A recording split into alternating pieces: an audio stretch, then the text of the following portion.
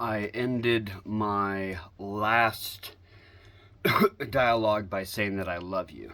Okay? What does that mean, right? Well, we can start to break it apart into some different parts, okay? So we have I. So that's me, 'cause I'm the one speaking. Then there's you. That would be the person listening. And then there's love.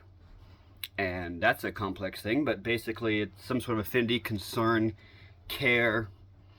Your objectives somehow intertwine with mine. We're able to take and know what the parts are, combine them together, and then get meaning from that. But that's not all that you did, is it? You didn't just hear that entity, this verb, myself as an entity, right? You didn't just hear the subject, predicate, object. There's something more to it to you specifically. Maybe there was something that was like for you, and that it was contextually heavy, right? You've heard that word before. It was facetious, or perhaps it was very weighty and profound. And so when this sentence was uttered, it hit how you experienced that word and the way that I was talking, my tone of voice, and there was something that was like for you to perceive it. So your consciousness was actively involved. You're not just some computer model that technically gets the individual ideas. You're sitting here in this position of there being something that it's like for it to mean something. It was, to some degree, meaningful. We are the linguistic beast. We use patterns of thought to express things. Then we have syllables and whatnot, and consonants to, what's the other one? Vowels, to express those. We take different phenomena, different instances in the world, put them into a basket of a word, and then we share it with somebody. And then the objective isn't that they just have the vowels stuck in their ear. It's the hope that they'll be able to get what we're referring to. We point to the that, and they'll hear it, and they'll get what we mean. So there certainly is a way that something can mean something to a conscious entity, right? Now, can something mean something to something that's not conscious? Here is an antler shed. Just looked around for something to grab. I found it when I was out hiking. It's not, as I understand it, conscious. Does it have the ability for there to be something that it means? Can it get meaning from what I'm saying? Well, it can't hear. But even if it could, if we could somehow get the right speakerphone, make it loud enough, it doesn't have the consciousness for there to be something that it means for what I'm saying. It's the residing in consciousness that makes meaning.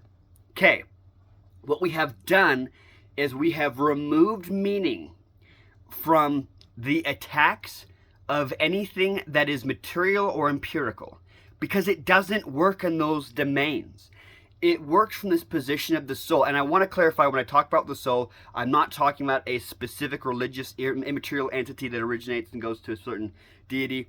I am talking about it's easier for me to pronounce than consciousness, and it's a little bit more beautiful, and I've learned that aesthetics is a great way to share ideas because it means something more. Okay, you're picking up more than I'm putting into the conversation. Your life can then be meaningful to you. Can it be meaningful to the antler? Probably not, but that's okay, because you're not the antler. You're not having to judge the merit of your life through the antler, so it's okay, right? Can it mean something to someone else to the degree to which they perceive you in your existence? Certainly. Now that we know that we can have, got a little bit of the hiccups going on, meaning, we can ask ourselves, can that meaning then be associated with the rest of our life? And again, by meaning, what I'm talking about is the emergent property of what it is like for consciousness to perceive different things. So we have different facts and values, the good, the beautiful, the true. We have different instances in the world, different phenomena. From that, there's something that it means to us. Not just in terms of us collecting value, but what it amounts to more than what it is. I'm writing a novel right now, and I don't like escapisms. So the objective is that someone goes into my little world with my characters, they embark on this little journey with them, and they get non-literal meaning that they can then escape back to their life and have something worth their time. That's the objective that I have, okay? So it's the emergent property of from facts and values. The question then is meaning created or discovered. So in antiquity, the general answer would have been it was discovered.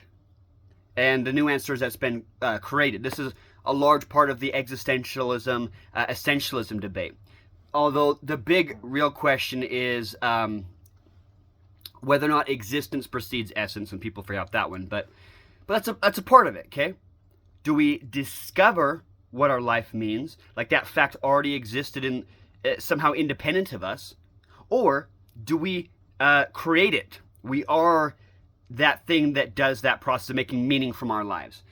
In as far as there's other conscious entities that have already done that, so that would be a supreme consciousness as far as deity or other people, we would discover, okay? So we would discover the meaning that other people have for our lives, the divine has for our lives.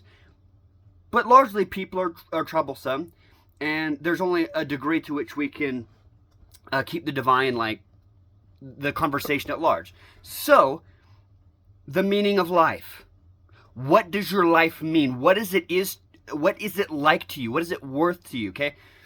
People will start to attack the linguistics of it. They'll break it apart and say the question itself is meaningless. It doesn't have something that it's resultant in.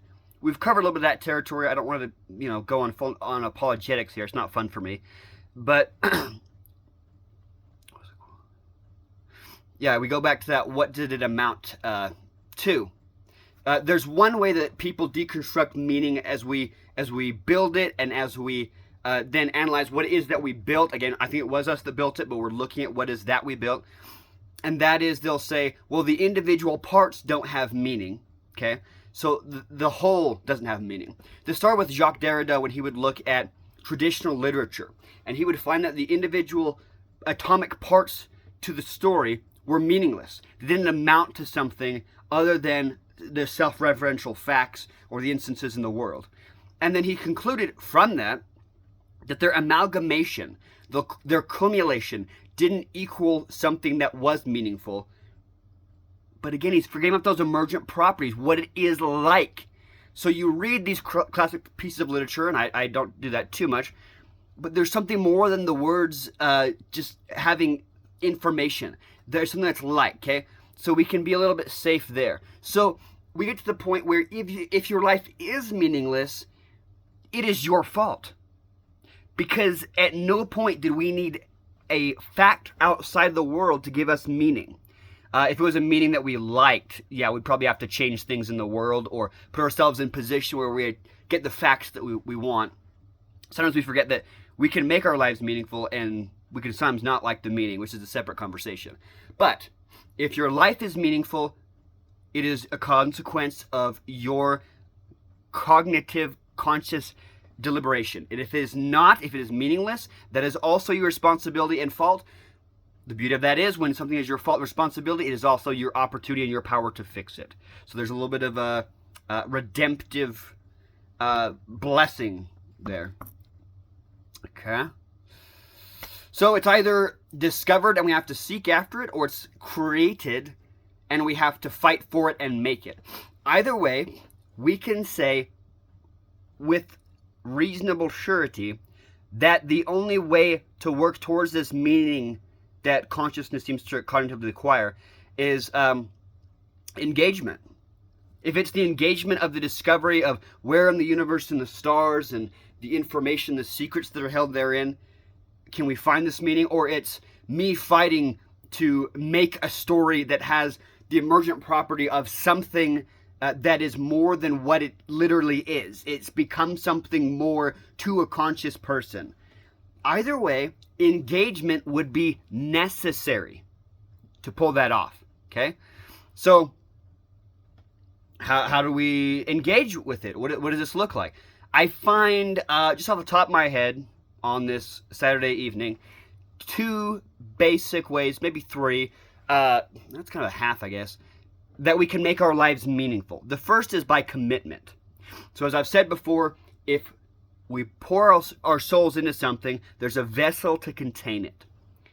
You know, if we talk about the sunk cost fallacy, when you work very hard at something, it means something too much, and it'll be hard for you to divest from it if it ends up being a bad exchange later. But why is it that we were so concerned with it that we would make a bad deal to stay with it? It's because we were invested in it. And yes, if we're talking about like break evens and what's a good return, yeah, terrible idea to stay with that. But some things end up meaning more, right? Maybe you were married to someone for 10 years and they're not doing very well emotionally. And it would be better for you to leave them and get a relationship that didn't have those qualities. But it's not just about what's best for you at that point, is it? It's not even just about what's best for them. You're still kind of being selfish in a beautiful way. What you're saying is, this relationship, this context, this historicity we've built up has meaning. I've invested in this person such that it's made something meaningful. It's made a story. I'd love to tell our kids and grandkids about this. So you stick around and you give them grace and love, and eventually you realize that a lot of the emotional struggles people have currently is because it's so easy to leave people that you should have a more responsibility to, like family, marital partner, stuff like that, and you stay with them. What good does that do for their psyche? And then the more meaning that comes from that. So in my most recent book, the example that I use is learning the guitar. So it's just vibrations created by a series of strings, and I learned to pluck it. But my investment in it made it so much more rich and more than, and beautiful and good and true and all these things that we seek after. So it was the effort that I put in. I could own the same guitar. I could learn all the same technical information. I could even make all the same movements. But if I didn't put a little bit of my soul into the labor, it wouldn't have been something that was meaningful to me. So there's a labor and the investment. The other side is the engagement and the participation. So the one thing I hear a lot is my life is meaningless. We all feel that, and sometimes life sucks, and so we use words like meaningless. But when people really mean that their life's meaningless, kind of a fun little, mess of words there. What's actually happening is, my guess is there's lack of participation in that life. So I begin to ask, let's talk about patterns of behavior and choices that you make. You have a Friday night, you have free time, no one's going to stop you. What do? Well, I enjoy escapist entertainment. I play the social roles that I'm given. I follow norms. It's not necessarily bad to follow norms, but I follow them for the sake of not having to think. So you didn't participate with your existence. It could have done so without you. You could have been a mindless robot or a very smart monkey and done the same things, and it would have transpired sufficiently. When it becomes meaningful is your participation with it. Yeah, your life is meaningless. You spent all this time doing everything not to be a part of it. Stories that have involvement have something to them. I've tried to find ways when I write to make people have to invest a little bit. I know that it's kind of idiotic to make language too complicated, because one, it just makes you sound pretentious. It makes the ideas hard to digest and grapple with, even if you're fortunate to have great intellect. But to some degree, when you can make someone invest in a story, it makes it worth something more to them. They had to participate in it. Let's see here. I do have notes here. You probably notice my eyes keep darting back and forth. Yeah, be there for your life. Okay, that was number one. Commitment via effort and engagement. 2, we're talking about meaning. Now, let's try not to... oh gosh, words have been failing me today. Equivocate. Let's try not to equivocate here, but let's see if we can derive some sort of proverbial sense of what's going on, going back to a sentence, the I love you sentence, okay? Let's do this. Let's say, I love you and everybody else and everything always, and also everyone else loves everything and everything loves everything and everything's everything. there comes a point where this sentence gets wasteful because it didn't mean anything. Why? Why did it specifically not amount to the emergent property of meaning something? It's because it was inclusive of so much that it was not specific at what it was referring to. Something that I see a lot is the word inclusion is used to talk about social morality, and that's fine. Like, that's a separate conversation. We have to be careful that we don't apply it to our lives excessively. We want to include those things that can result in the emergent property of meaning when we look over the breadth of our lives, right? But if we try to fit everything in there, it makes for a bad story. For a number of years, I've been working on a memoir of my life to explain essay maxim and sort of give an illustration of living it out. It's tempting when writing an autobiography or a memoir, one, to be egotistical or hate yourself. That's super easy. But the other thing is to add a whole bunch of unnecessary information. So you have to ask, what is the real objective? They get a sense of my life, that they get these emotions or experiences. In my case, it's that they get the specific lesson. So there's so many things I want to include, like, oh, this story here and this crazy hobby that I had. But it's not relevant. It doesn't get to the meaning I'm trying to capture. Now, what I'm not saying is that you just figure out how to not exist part of the time, but there are certain things that you do that are making your life meaningless because it is too inclusive. Let's get back to the sentence. I love you, and you're so awesome and great and perfect and so much fun to be around, and I go on forever, and to run on sentence to the end of time, it becomes meaningless because there's no exclusion. When I say I love you, we have parties. They're distinct as entities. And then we have a verb that is exclusive. It does not mean hate. It does not mean kind of care about. It's strong, okay? That's why death is kind of a beautiful thing and can even help us on this avenue to have a meaningful life, because death is that great period that marks the sentence and gives it its exclusivity that allows it to mean something. Let me look over my notes here again.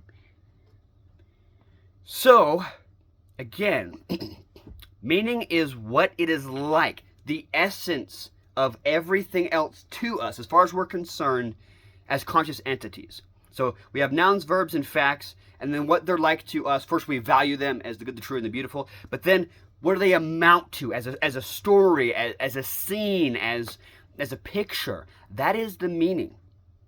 Let's see.